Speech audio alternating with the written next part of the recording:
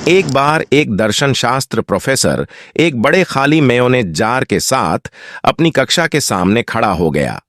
उसने जार को ऊपर तक बड़े पत्थरों से भर दिया और अपने छात्रों से पूछा कि क्या जार भर गया है। उनके सभी छात्र इस बात से सहमत थे कि जार भरा हुआ है।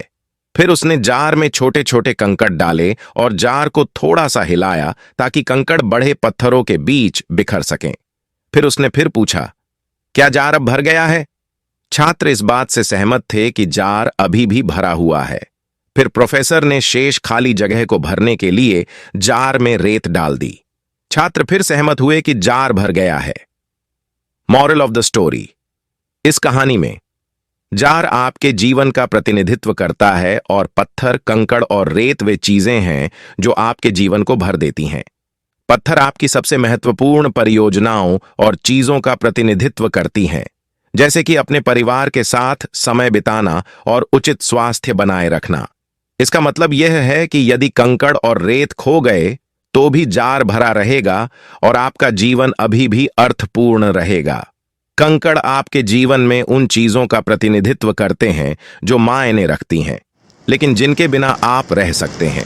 कंकड़ निश्चित रूप से ऐसी चीजें हैं जो आपके जीवन को अर्थ देते हैं, जैसे कि आपकी नौकरी, घर, शौक और दोस्ती, लेकिन वे आपके सार्थक जीवन के लिए महत्वपूर्ण नहीं हैं। ये चीजें अक्सर आती जाती रहती हैं और आपके समग्र कल्याण के लिए स्थायी या आवश्यक नहीं हैं।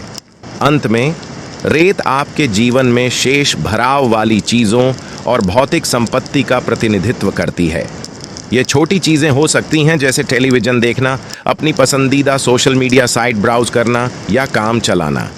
ये चीजें आपके समग्र जीवन के लिए कोई खास मायने नहीं रखती और संभवतः केवल समय बर्बाद करने या छोटे मोटे काम पूरे करने के लिए की जाती हैं। यहाँ मोरल ये है कि यदि आप जार में रेत डालना शुरू करते हैं तो आपके पास पत्थरों या कंकड़ के लिए जगह नहीं होगी। ये उन चीज़ों के साथ सच है जिन्हें आप अपने जीवन में आने देते हैं।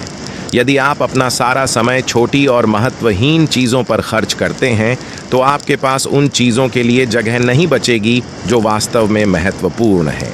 अधिक प्रभावी और कुशल जीवन जीने के लिए पत्थरों पर ध्यान दें, क्योंकि वे आपके दीर्घकालिक कल्याण के लिए महत्वपूर्ण हैं।